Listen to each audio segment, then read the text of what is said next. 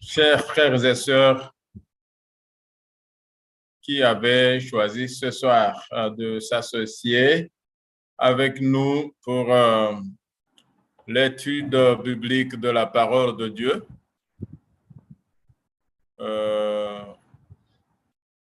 soyez les bienvenus et que l'Éternel vous bénisse. Avant toute parole, nous allons commencer par la prière. Inclinons nos têtes.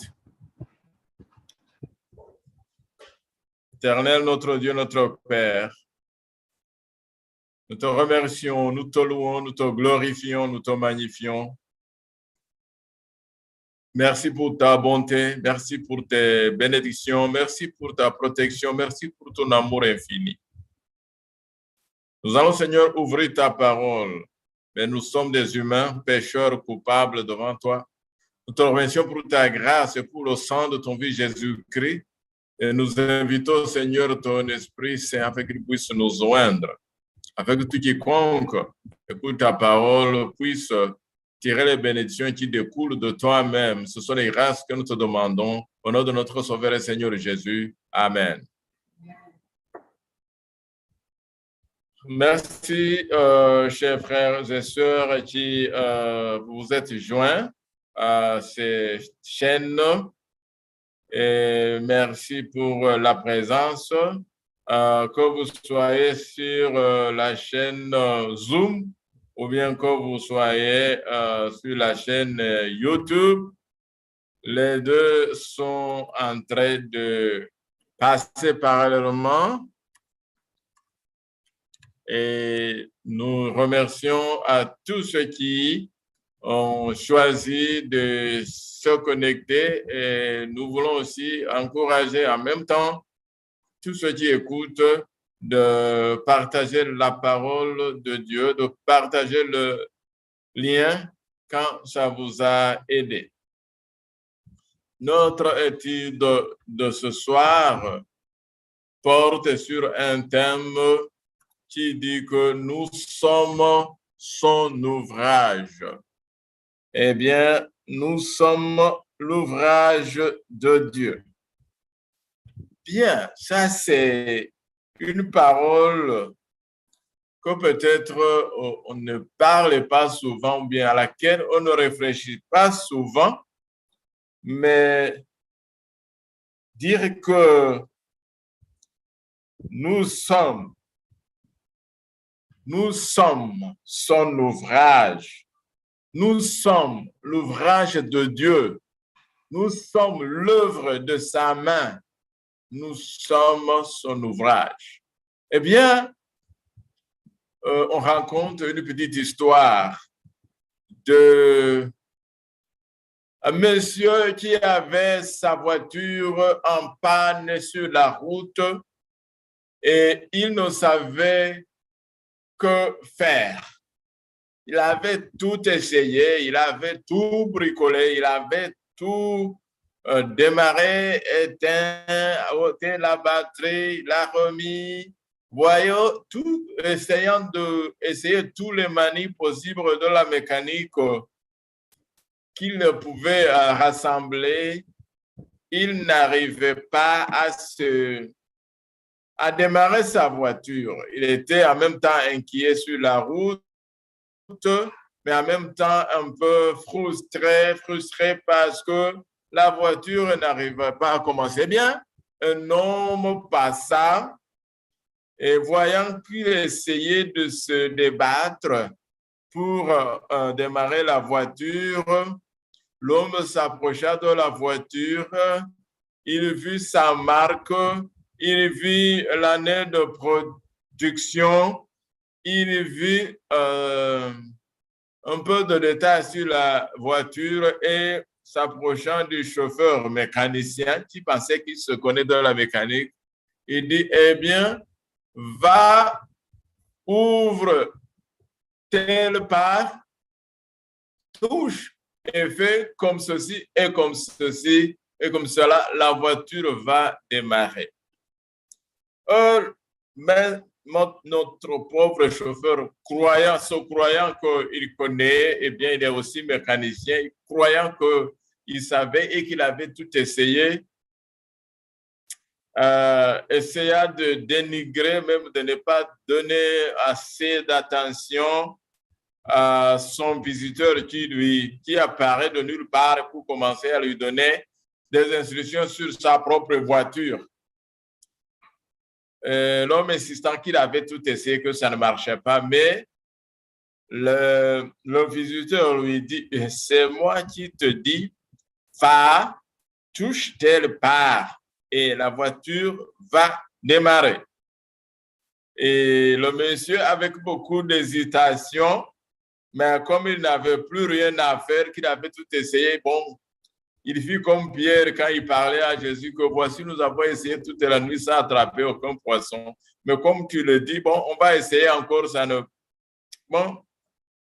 dérange rien après tout. Donc, il partit et toucha exactement l'endroit que le monsieur qui passait sur la route venait de l'indiquer. Et quand il démarra la voiture démarra. Et le chauffeur fut ébahi et étonné. Et regardant le monsieur qui venait de lui donner cette instruction avec une confusion, et il dit, mais comment vous avez su qu'en touchant telle part, la voiture allait démarrer? Et le monsieur sourit gentiment et lui dit, je suis Henry Ford. Et exactement, la voiture était un Ford. Et Henry Ford, c'est lui qui avait fabriqué, c'était l'ingénieur, c'était l'architecte, c'était le concepteur de la voiture.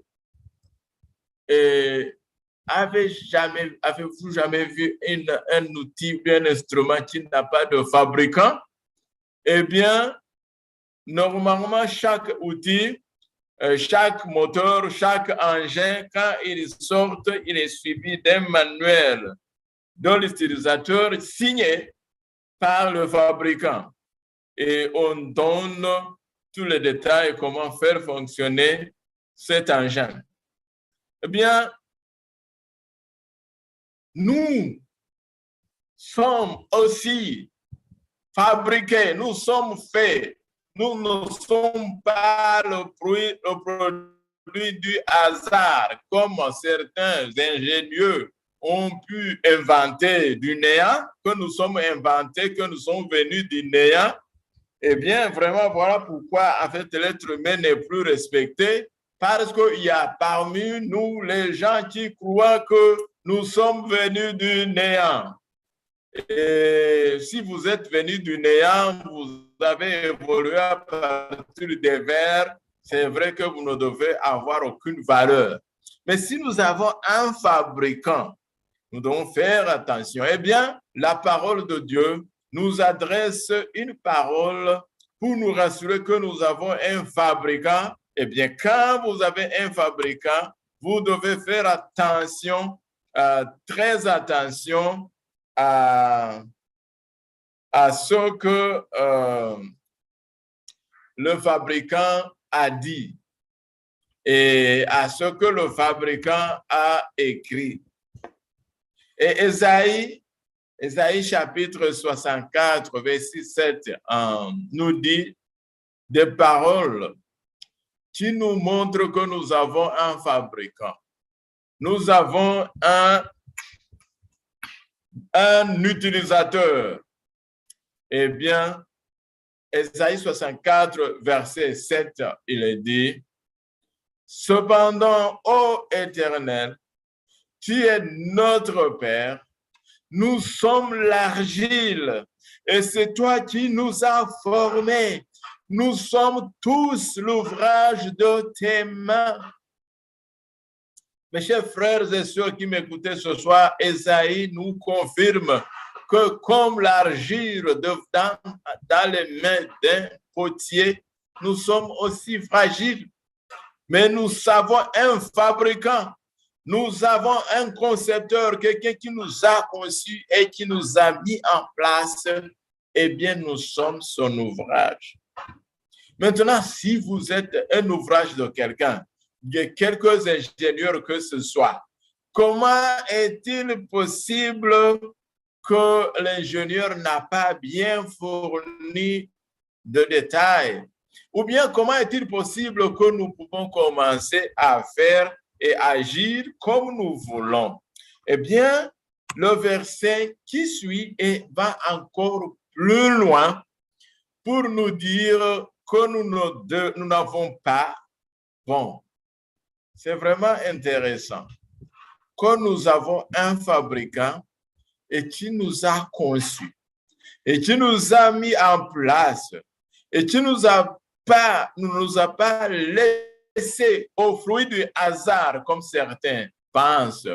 Mais Éphésiens chapitre 2, verset 10, eh bien, le texte apporte un élément très clair. Vous savez que beaucoup de gens, quand ils lisent Éphésiens chapitre 2, verset 10, chapitre 2, il s'attarde au verset 8,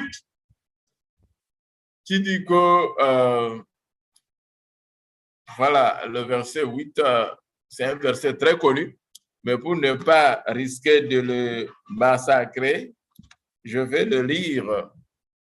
Et comme quelquefois on s'exprime dans plusieurs langues, quand un verset sort, quelquefois on manque dans quelle langue il faut le faire sortir. Donc, il est mieux de se fier à la parole de Dieu.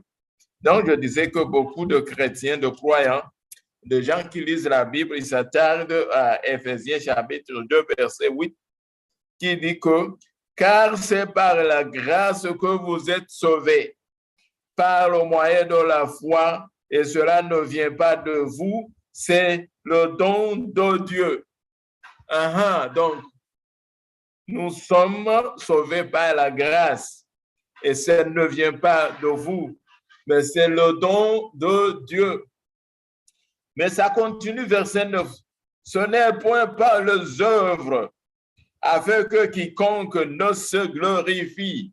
Et maintenant, après ces deux versets, que tout le monde, tout chrétien se hâte de lire et s'arrêter, je voudrais que nous puissions avancer et lire le verset 10. Et vous allez voir combien c'est joli. C'est un bon complément du verset 8 et 9.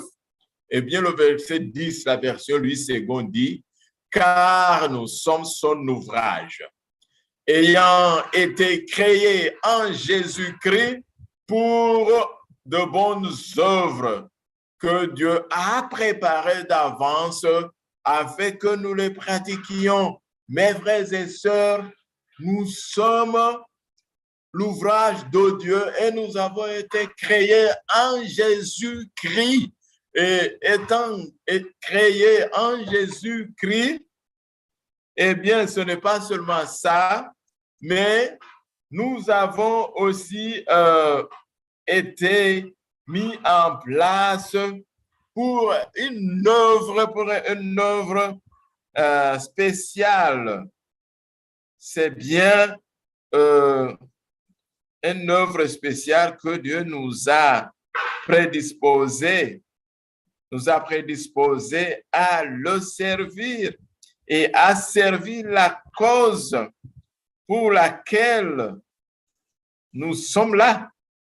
Eh bien, ça, c'est une bonne nouvelle. S'il n'y a pas de bonnes nouvelles, eh bien, ça, c'est vraiment une bonne nouvelle que nous ne sommes pas le fruit du hasard, que nous avons été créés en Jésus-Christ et que nous avons été créés en Jésus-Christ et que Dieu a préparé de bonnes œuvres et que ces bonnes œuvres, nous avons été, si vous voulez, si vous croyez, si vous voulez, nous avons été prédestinés à ces œuvres afin que nous puissions les pratiquer.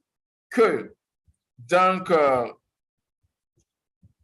les bonnes œuvres de Dieu que Dieu a préparées d'avance et il veut que nous puissions les pratiquer. Voilà donc notre utilisateur, notre créateur, il a fait un manuel de l'utilisateur, il a fait une liste d'œuvres que nous devrions faire et c'est lui-même qui les a préparées et ces œuvres, il les a mis en Jésus-Christ afin qu'en Jésus-Christ, nous puissions pratiquer les bonnes œuvres.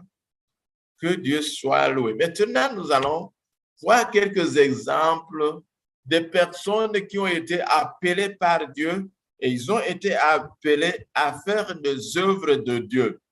Et ce n'est pas ces personnes seulement, mais ces personnes juste, c'est un exemple pour vous montrer que toute personne créée par Dieu a été mise en place pour servir une cause.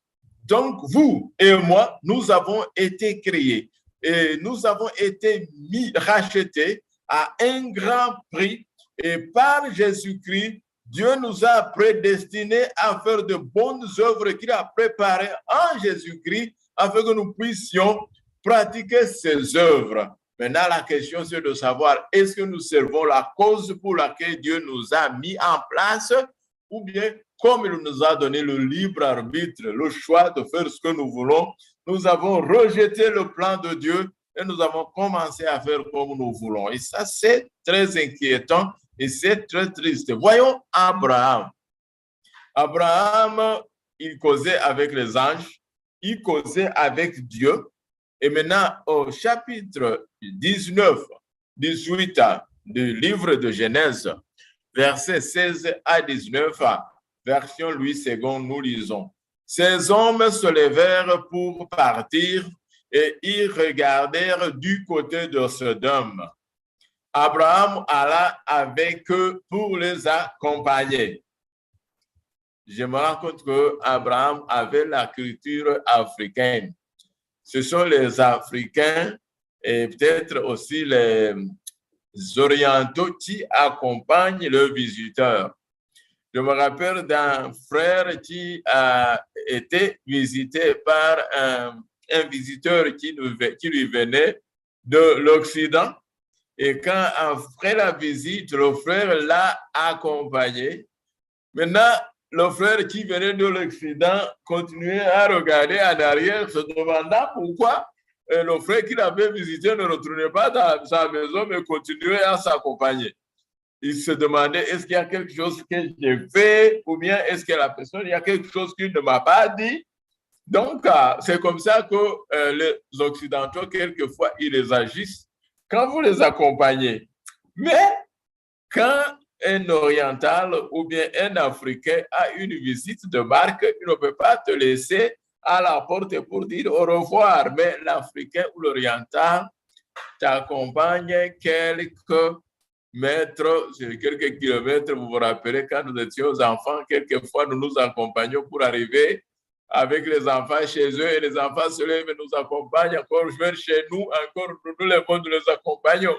Vous vous rappelez de cette histoire, mais ce n'est pas ça que je vais parler. Je vais parler seulement qu'Abraham s'est levé pour accompagner ses visiteurs. Eh bien, dans cet accompagnement, quelque chose a été révélé qui n'allait pas être révélé si Abraham avait dit bye et il était resté dans la maison. Alors l'Éternel dit, cacherai-je à Abraham ce que je vais faire? Abraham deviendra certainement une nation grande et puissante, et en lui seront bénies toutes les nations de la terre, car je l'ai choisi. Dieu dit, car je l'ai choisi afin qu'il leur donne à ses fils et à sa maison après lui de garder la voie de l'Éternel en pratiquant la droiture et la justice, et qu'ainsi l'Éternel accomplisse en faveur d'Abraham les promesses qu'il lui a faites. Donc, Abraham avait été choisi, mis à part. Est-ce que nous, les chrétiens, nous croyons que nous sommes mis à part pour une cause spéciale créé en Jésus-Christ, ordonné pour une cause que Dieu veut que nous puissions servir. Eh bien, Dieu dit, j'ai choisi Abraham afin qu'il ordonne à ses fils et à sa maison après lui de garder la voie de l'Éternel et en pratiquant la droiture et la justice. Mes chers frères et sœurs, nous sommes la descendance d'Abraham. Si Abraham a été choisi, ce n'était pas pour lui, mais c'était aussi pour nous, afin que nous puissions marcher dans la justice et dans la droiture, comme faisait Abraham. C'est parce que c'est pour cela que Dieu l'avait mis à part et il a dit que toutes les nations de la terre seront bénies à travers son nom. Donc, si vous prétendez ou bien si vous croyez que vous êtes bénis dans Abraham,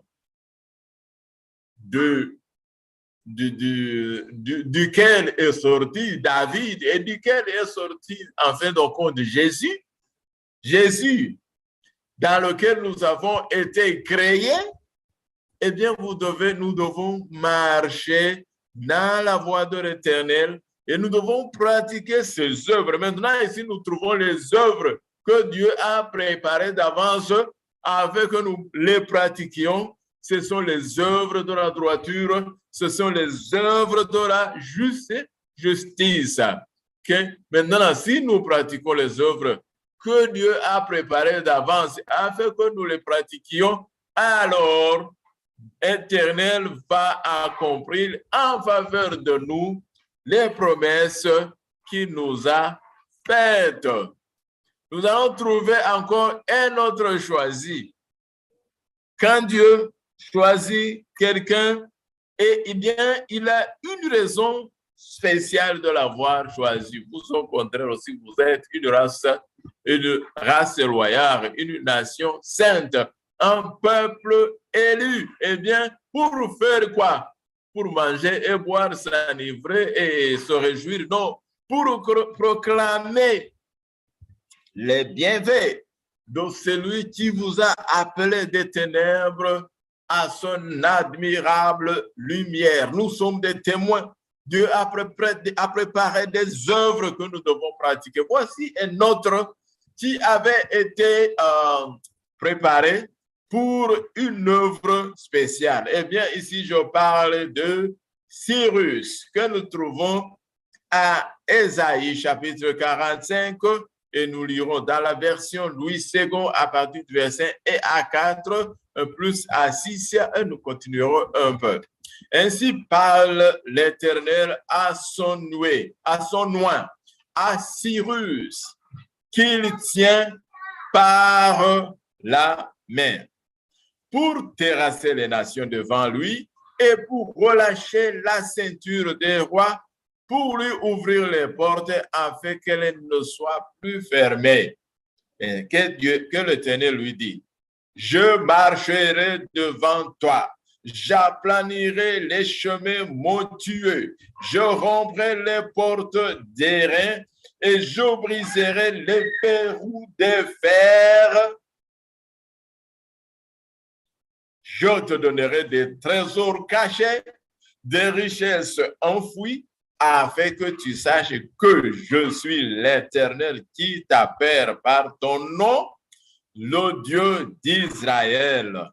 Pour l'amour de mon nom, pour l'amour de mon serviteur Jacob et d'Israël mon élu, je t'ai appelé par ton nom, je t'ai parlé avec bienveillance avant que tu ne me connusses.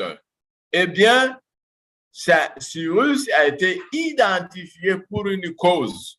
Et il y a aussi une promesse qui va avec cette cause. Parce que ici, Dieu, il dit qu'il marchera devant lui. Il aplanira les chemins montueux. Il remplira les portes d'airain. Il brisera les verrous de fer. Tout ça, c'est Dieu qui fera. Nous avons été créés en Jésus-Christ pour de bonnes œuvres que Dieu a préparées en avance afin que nous les pratiquions.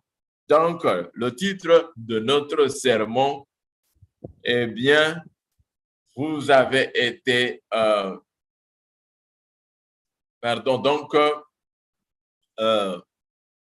nous sommes son ouvrage.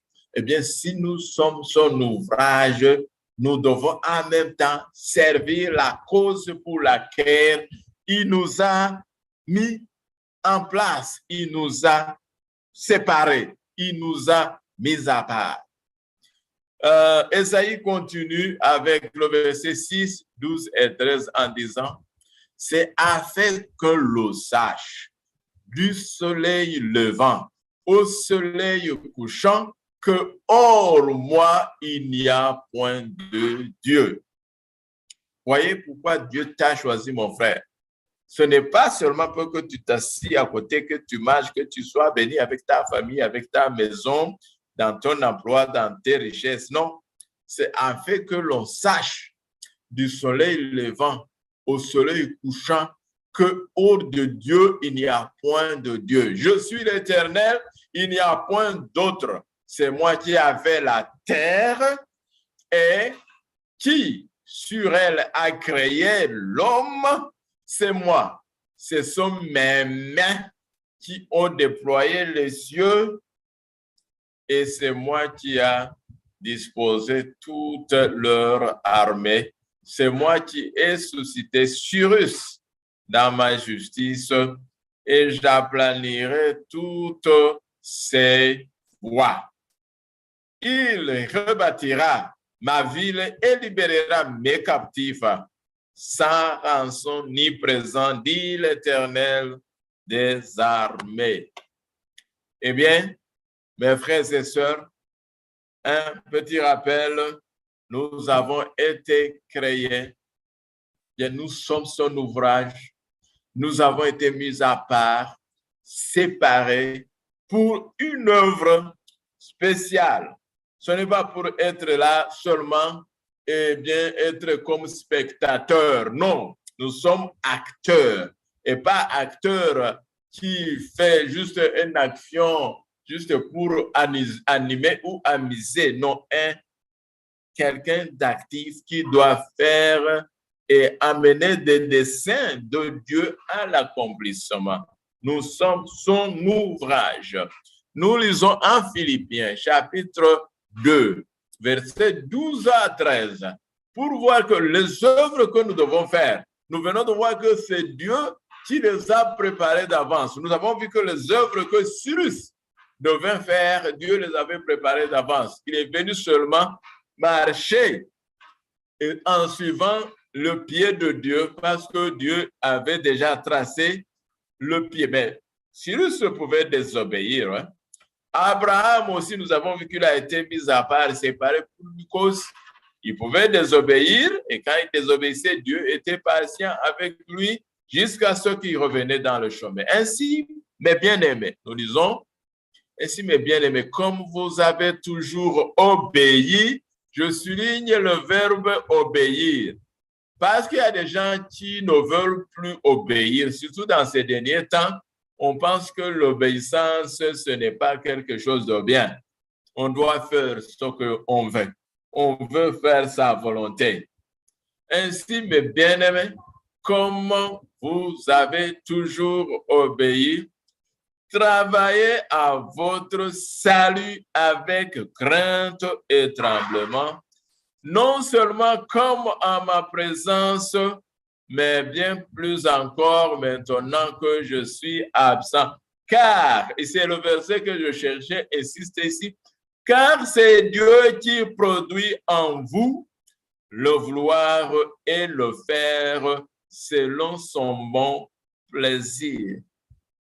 Dieu nous a créés, il nous a créés en Jésus-Christ, il nous a mis à part, il nous a séparés, nous sommes son ouvrage créé pour de bonnes œuvres que Dieu a préparées d'avance afin que nous les pratiquions. Eh bien, ici, nous venons de voir qu'en plus de cela, c'est lui qui produit en nous le vouloir et le faire. Selon son bon plaisir, notre rôle, c'est seulement obéir, avoir la foi nous soumettre et à accepter que Dieu nous mette à son œuvre. Eh bien, chers frères et sœurs, nous sommes en train d'aller vers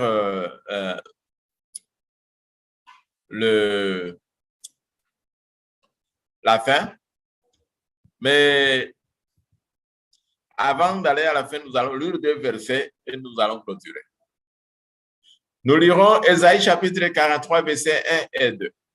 Pour dire que quand Dieu t'a choisi, quand Dieu t'a créé, quand Dieu t'a formé et que tu le reconnais, eh bien, il n'y a rien qui va bloquer ton passage. Il n'y a rien qui va bloquer ton passage quand tu avances en servant la cause pour laquelle tu as été mis en place. Il n'y a rien qui va bloquer ton parcours. Pourquoi? Dieu dit lui-même qu'il ira devant nous. Nous venons voir qu'il avait dit qu'il ira devant Cyrus. Il va marcher devant lui, aplanissant les chemins et ouvrant les verrous, brisant les fers et les reins pour lui donner passage. Donc, si nous reconnaissons que nous avons été choisis, mis à part, séparés, et que nous avons été créés, et en Jésus-Christ, Dieu a mis déjà en place les œuvres bonnes de justice, de droiture que nous devons pratiquer, eh bien, Ésaïe 43, versets 1 et 2 nous dit une bonne nouvelle. Ainsi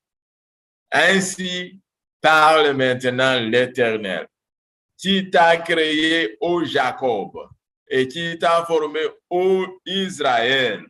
Ici, à la place de Jacob, tu peux mettre ton nom, ô Benjamin, ô Joseph. Ça, ce sont les fils de Jacob.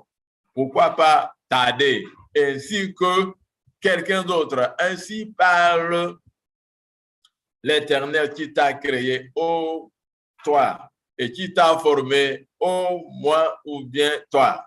Ne crains rien, car je te rachète. Je t'appelle par ton nom qui est en moi. C'est Dieu qui parle, ce n'est pas moi qui parle. Eh bien, il ajoute sa promesse.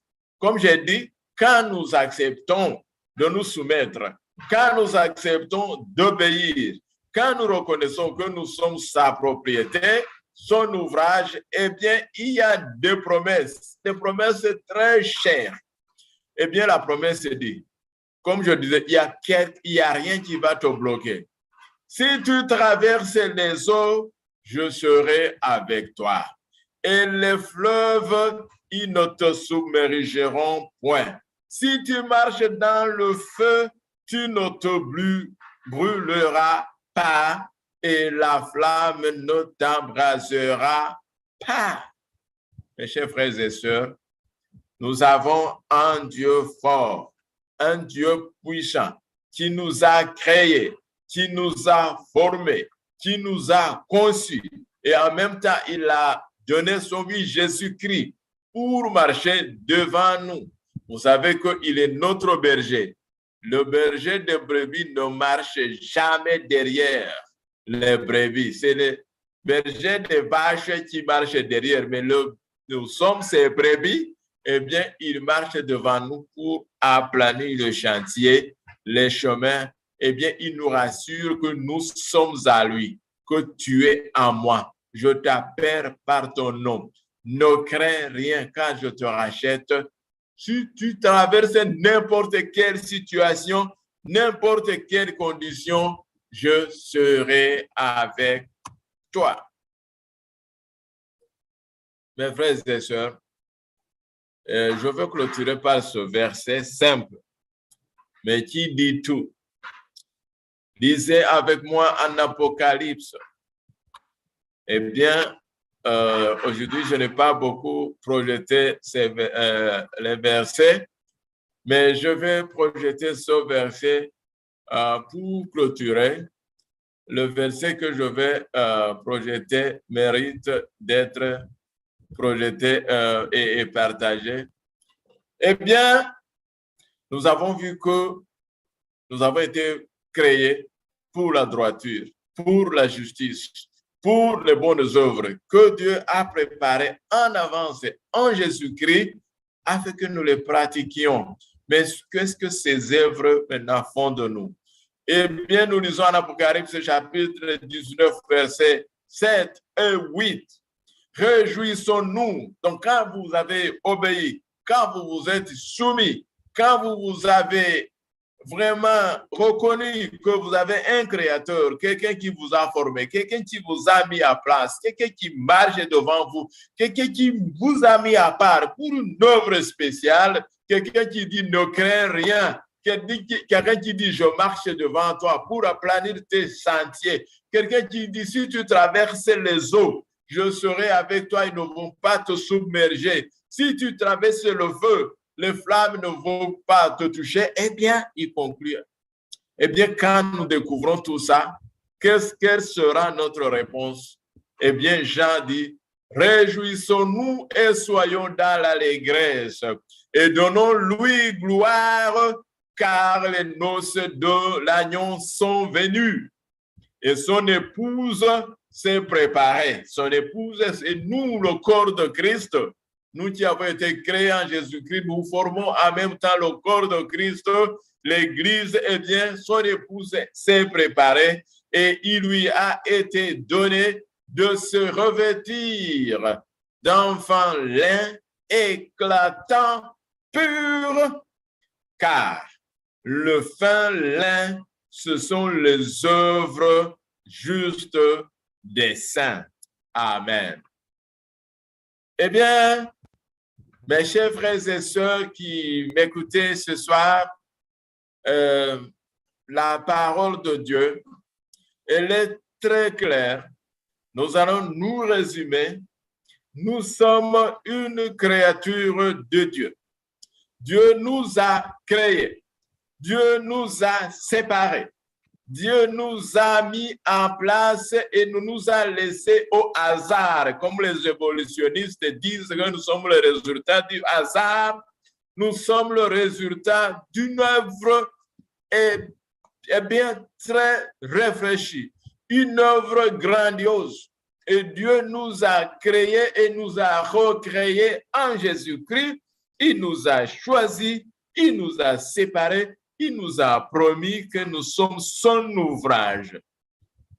Notre rôle, c'est d'obéir notre maître et de nous mettre à sa disposition, de nous abandonner à lui afin que lui seul soit exalté et que pour sa gloire, pour que son nom soit connu du lever du soleil au couchant du soleil. Ce n'est pas pour s'asseoir à côté et se réjouir seulement, mais pour faire connaître son nom et pour pratiquer les œuvres de justice, de bonté, de droiture qui ont été préparées en avance afin que nous puissions les pratiquer. Eh bien, quand nous aurons pratiqué ça, il n'y a personne qui va nous toucher, il n'y a rien qui va nous décourager et à la fin, nous allons nous réjouir quand les noces de l'agneau vont arriver.